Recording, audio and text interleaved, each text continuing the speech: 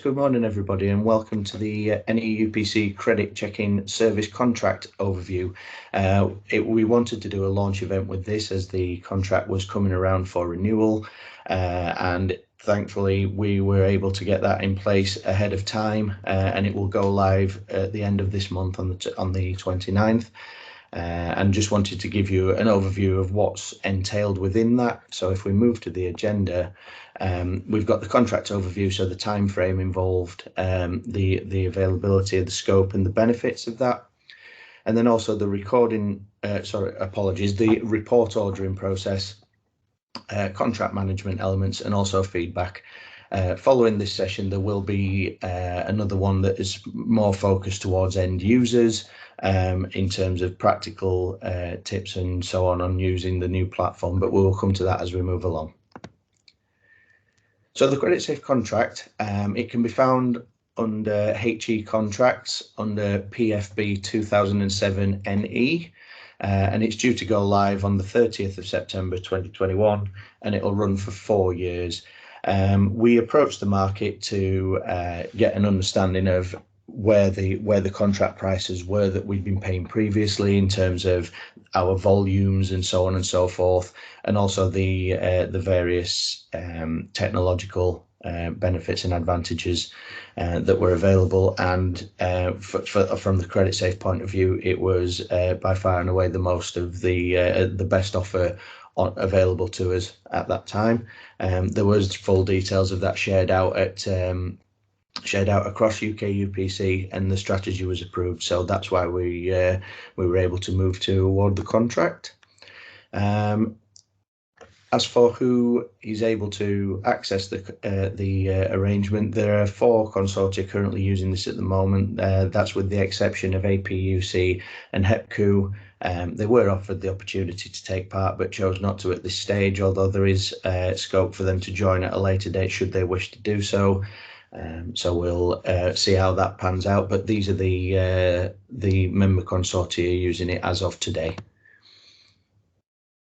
So in terms of the contract itself, some of the things that are included, and also ones where caps are involved, and I wanted to highlight these just to make sure you were aware of what these have been refreshed to, and also just to raise awareness that some of the items that you may wish to see are actually chargeable in some instances. So I just wanted to raise the awareness on this. So the unlimited items in terms of the online domestic reports for the UK and Ireland. They have media and news monitoring as well in terms of stories that may or may not be pertinent, but anything that goes on in the press. If there's anything around any of the suppliers in question, they're available there, and also the image documents as they are today. We have a number of items that are classed as the lower capped items, so they're chargeable once the allowance has been met. And the best way to see where you are with them in terms of the allowances is to get in touch with your local consortia lead, just to clarify that with them. But there are international reports. The list of all these will be provided as in which countries fall into which category, of course. So the international reports are capped at 3,000 as inclusive of this option, but of course there is capacity to do more with that, but they will be chargeable.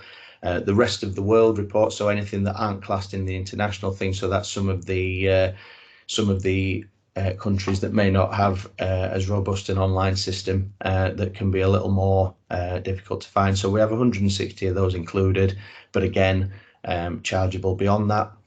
UK and Ireland, so these are exports reports.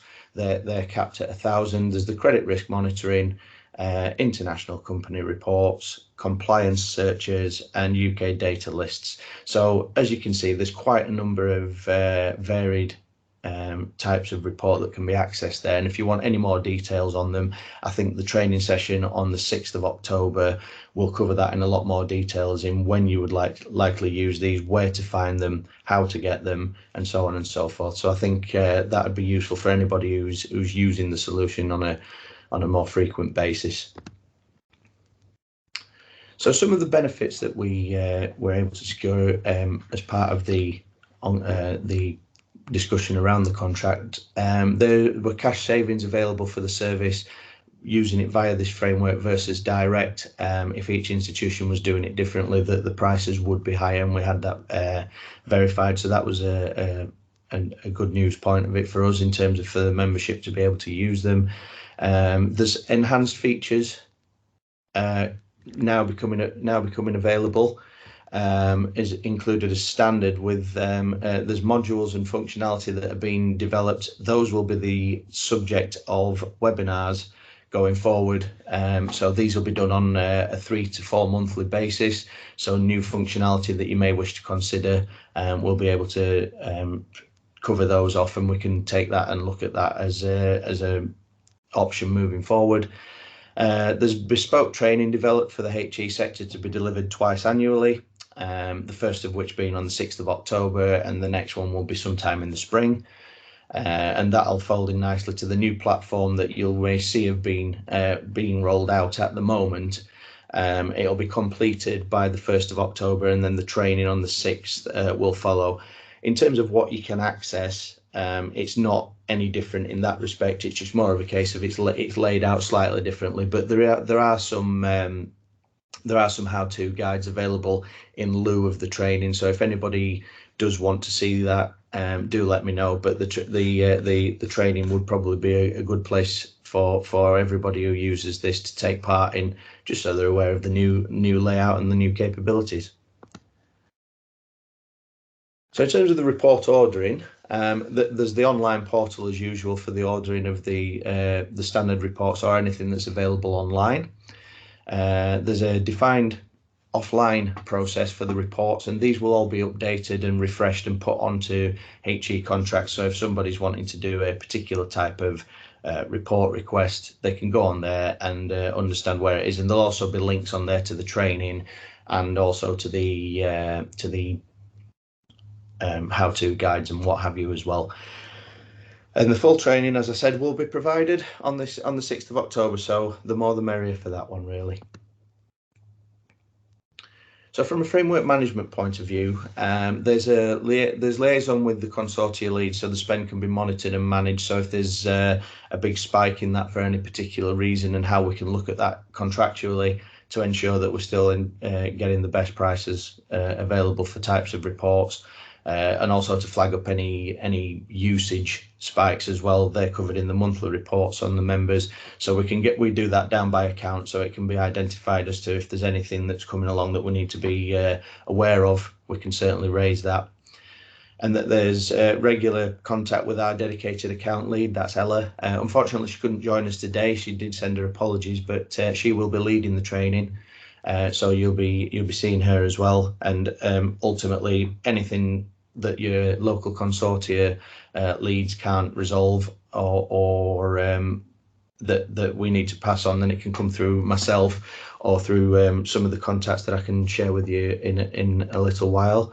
So there's the user guide that will be going on HE contracts, as we said. There's the report ordering process guide.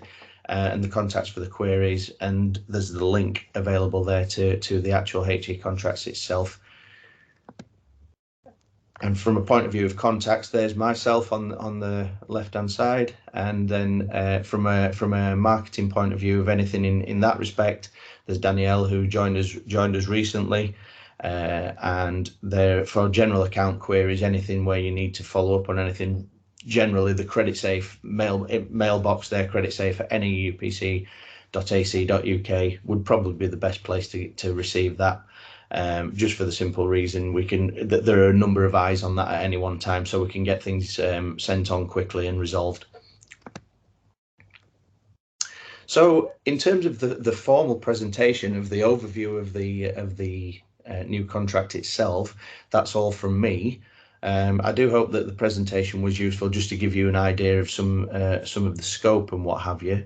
There are my contact details there, of course, and of course Danielle's and the central mailbox. If there is anything that anybody wishes to discuss any further, please do let me know. I'm happy to field any questions that you may have. I think it was just important to give people an overview of letting them know that the contract's in place, when it's awarded for, when it runs until, and the types of things that will be covered and available. But this realistically was the session just to introduce and to let you know that it was in place. But ultimately, if there is anybody that use this quite a lot, then that I think the best bet is for that training session on the 6th. I'm attending that myself as a refresher, and I think it'll just be quite useful. But thank you all very much for joining. I'll hang on another few minutes or so as people leave, just in case anybody wants to ask any questions before they do so. But I won't take up any more of your time than required. I just put it in there for an hour, just in case anybody had any burning questions that needed raising. But I'll hang on just for now, but thank you very much.